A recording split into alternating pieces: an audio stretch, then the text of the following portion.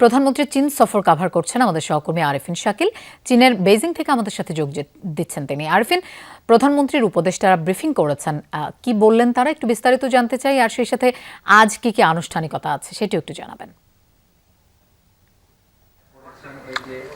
ধন্যবাদ লোপা। মূলত প্রধানমন্ত্রী দুই উপদেষ্টা বলার চেষ্টা করেছেন আজকের দিনে বিনিয়োগকারীদের জন্য সরকারের তরফ থেকে যে সিদ্ধান্ত নেওয়া হয়েছে সেই সিদ্ধান্তগুলো নিয়ে চীনের যারা বিনিয়োগকারী তারা তাদের সন্তুষ্টি জানিয়েছেন এবং তারা বিনিয়োগের বিষয়ে আগ্রহ প্রকাশ করেছেন। এবং বাংলাদেশ সরকারের এই সরকার ক্ষমতা আসার পর যে ধরনের চ্যালেঞ্জের মুখে তারা পড়েছে, বিশেষ করে অর্থনৈতিক পুনরুদ্ধার এবং বিনিয়োগকারীদের আস্থা ফেরানোর বিষয়, সেই লক্ষ্যমাত্রা অর্জন করার জন্য মূলত প্রধানমন্ত্রী মালয়েশিয়া এবং চীন সফর করছেন। চীনের বহুজাতিক যে কোম্পানিগুলো রয়েছে সেই কোম্পানিগুলোর প্রধানদের সঙ্গে কথা বলছেন এবং বাংলাদেশ সরকারের যে বিনিয়োগ তারা করবেন এবং সেখানে সরকারের পক্ষ থেকে তাদেরকে বিনিয়োগের মূলধন এবং মুনাফার অঙ্গীকার যে প্রতিশ্রুতি সেই প্রতিশ্রুতি দেওয়া হচ্ছে, অর্থাৎ তাদের নিশ্চিতের প্রতিশ্রুতি দেওয়া হচ্ছে।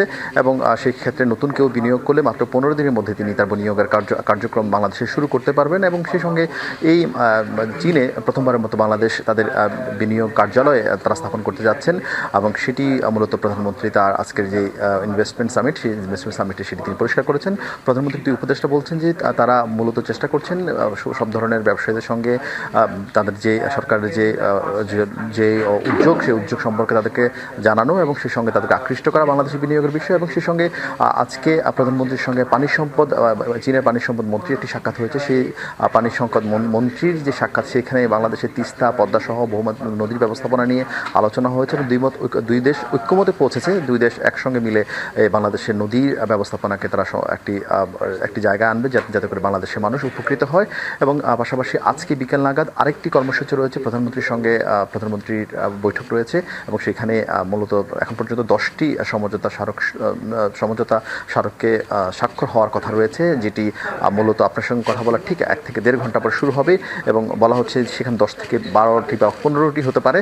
আর সেটি গণমাধ্যম থেকে মিডিয়া থেকে শুরু করে সংস্কৃতি অঙ্গন, ব্যবসায়ী অঙ্গন, নানান খাতেই মূলত সেই সমঝোতা স্মারক স্বাক্ষরিত হবে। এবং সেই সঙ্গে আগামীকাল প্রধানমন্ত্রী এখানকার যিনি আপনার চীনের প্রেসিডেন্ট শি জিনপিং তার সঙ্গে একটি বৈঠক করবেন। সেই বৈঠকে মূলত বেশ কিছু সিদ্ধান্ত আসতে পারে, বিশেষ করে বাংলাদেশের তিস্তা এবং পদ্মা ব্যারাজে চীনের সহযোগিতা এবং অর্থায়ন নিয়ে আলোচনা হবে। আপনি জানেন যে চট্টগ্রামের আনোয়ারায় চীনা যে অর্থনৈতিক জোন রয়েছে সেখানে কার্যক্রম শুরু করার জন্য সরকারের পক্ষ থেকে এর মধ্যে বাংলাদেশ সরকার অনুমতি দিয়েছে। সেখানে চীনে বিনিয়োগকারীরা যেতে পারেন, সহজে যান এবং চীনের বিনিয়োগকারীদেরকে যেন সরকারের পক্ষ থেকে অর্থাৎ চীনের সরকারের পক্ষ থেকে যেন সহযোগিতা করা হয়।